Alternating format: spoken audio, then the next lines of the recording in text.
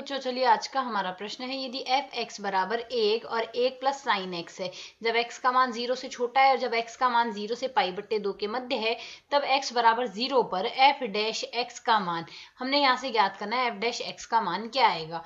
तो यदि हम यहाँ से देखें इस प्रश्न को करने हेतु, तो हमारे पास यहाँ से हमारी मुख्य अवधारणा कार्य करेगी। मुख्य अवधारणा यहाँ से हम लेके चलेंगे, यहाँ से हम एफ एक्स के लिए एफ डैश एक्स ज्ञात करेंगे। फिर एफ डैश एक्स में हम देखेंगे कि जिस भी बिंदु पर हमें दिया गया है उस बिंदु पर सीमा का अस्तित्व है या नहीं है।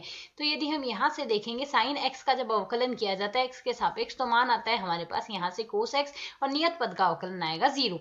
तो यदि हम यहाँ से एफ डैश एक्स लिखें तो एफ डैश एक्स हमारे पास क्या आ जाएगा, एक का अवकलन 0 आएगा क्योंकि नियत पद है। जब भी एक्स का मान 0 से छोटा है और जब एक्स का मान 0 से पाई बट्टे 2 के मध्य है, तो एफ डैश एक्स हमारे पास क्या आ जाएगा, कोस एक्स आ गया, क्योंकि एक का अवकलन 0 और कोस साइन एक्स का अवकलन कोस एक्स। अब हमने यहाँ से देखना है एक्स बराबर 0 पर इसकी सीमा का अस्तित्व है या नहीं। तो यहाँ से हम कह सकते हैं एक्स बराबर 0 पर पहले हम निकालेंगे by Seema L H L, तो यह आ जाएगी एफ डैश 0 माइनस एच के बराबर, जिसकी h का मान अग्रसर होगा 0 की ओर। तो 0 माइनस एच का मान हमारे पास यहाँ से सीमा का मान 0 ही आएगा, क्योंकि जब भी x का मान 0 से छोटा है एफ डैश एक्स 0 है। और दाई सीमा आर एच एल आएगी, लिमिट h का मान अग्रसर होगा 0 की ओर।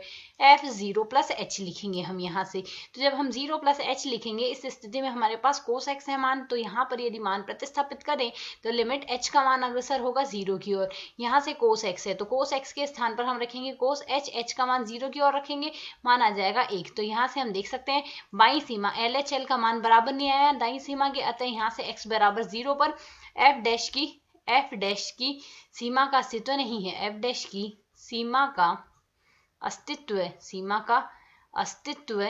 नहीं है, अतः यहाँ से हमारे पास एफ डैश एक्स एक्स बराबर 0 पर फलन अवकलनीय नहीं है।